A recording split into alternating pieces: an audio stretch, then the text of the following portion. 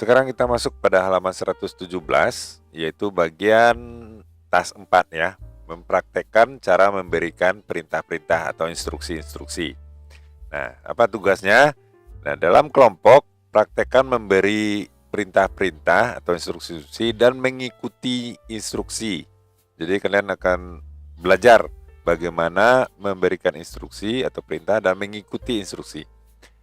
Secara bergantian, in turns ini secara bergantian, berilah instruksi-instruksi atau perintah-perintah kepada teman-teman kamu untuk membuat makanan atau kue-kue yang yang telah kamu bawa dari rumah, resep yang telah kamu bawa dari rumah kemarin itu di video sebelumnya.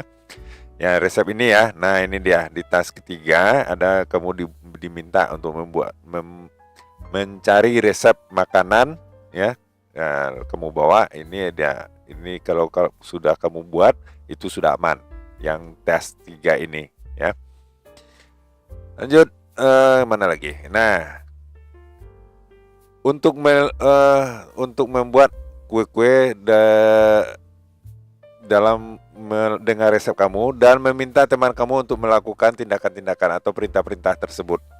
Jadi kalian tinggal membacakan ini saja ya perintah-perintahnya.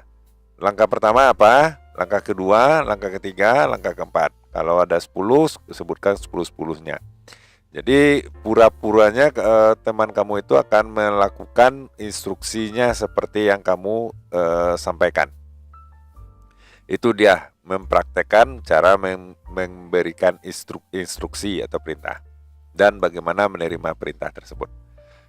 Tas kelima. Nah, mari buat sebuah grup kelompok diskusi ya. Diskusikan dengan teman kamu dalam kelompok tentang 4 kesulitan-kesulitan yang kamu dapatkan waktu memberikan perintah. Dan 4 juga kesulitan yang kamu dapatkan dalam mengikuti perintah-perintah. Nah, dan bagaimana mengatasi permasalahan tersebut. Jadi diskusinya seperti ini. Sebelum kalian melaksanakannya itu, ini dia perintahnya. Selesaikan, lengkapi tabel di bawah ini terlebih dahulu. Ya, versi ini terlebih dahulu ya. Sebelum berdiskusi dengan kelompok kamu. Jadi selesaikan tabel ini dulu. Nah, namanya mungkin nama kamu siapa? Ya. Apa kesulitan-kesulitan dalam memberi perintah atau instruksi-instruksi yang kamu dapatkan, kamu rasakan, dan juga kesulitan-kesulitan dalam mengikuti instruksi yang diberikan oleh teman kamu dalam kelompok tadi. Ya, begitu juga teman-teman kamu berikan buat namanya sini. Jadi di sini nama ya. Buat nama you ini bukan you ya. Kamu ganti dengan nama kamu. Terus your friend ini kamu ganti dengan namanya si Badu misalnya. Yang teman kedua misalnya si Budi misalnya ya. Atau yang ketiga namanya si Wati. Nah, sebutkan, tulislah kesulitan-kesulitannya yang kamu rasakan dan teman-teman kamu rasakan waktu memberikan perintah, dan begitu juga kesulitan-kesulitan dalam mengikuti perintah. Nah, setelah itu barulah diskusikan dengan teman kamu ini. Ya, apa-apa kesulitannya dan bagaimana menyelesaikan kesulitan tersebut. Ya, kita lanjut pada reflection. Nah, ini bagian akhir dari chapter ini atau bab ini. Tanyalah diri kamu sendiri pertanyaan-pertanyaan berikut untuk mengetahui perkembangan pembelajaran kamu. Nah, apa saja pertanyaannya? Ini nomor 1. Apakah kamu memiliki tujuan yang harus diselesaikan? Nah, maksudnya dalam membuat resep tadi ya. Apakah jelas tujuannya? Misalnya kalau tujuannya membuat kue apa? Jelas ya, kue bolu atau kue kering atau gimana? Jelas, harus jelas tujuannya. Ya, kalau jawabannya ya, sudah benar itu ya. Dalam membuat resep tadi di dalam tugas.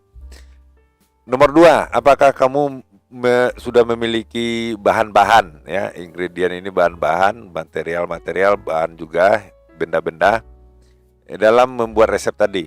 Jadi kalau misalnya barangkali mengacu kepada tas ketiga ini ya, yang tasnya ini ya, apakah tugas ini sudah kamu kerjakan? Maksudnya ingredientnya sudah ada, langkah-langkah apa-apa saja bahan-bahannya ya, bahan-bahan misalnya buat kue bolu itu apa bahan-bahannya.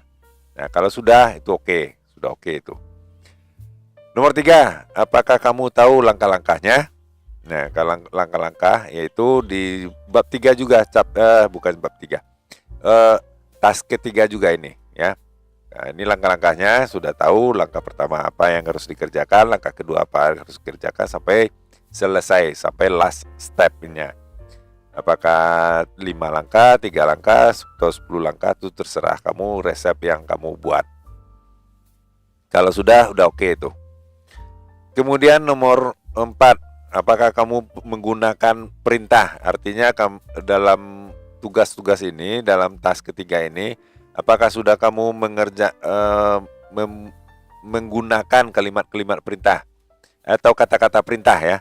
Misalnya kata-kata perintah itu adalah tuangkan, ya, aduk, atau misalnya panaskan, ya, atau misalnya kata perintah itu adalah perintah misalnya tiriskan. Nah itu dia. Berikutnya kalau sudah udah oke juga. Sudah paham maksudnya ya. Nomor 5 itu adalah menggunakan pengurutan waktu.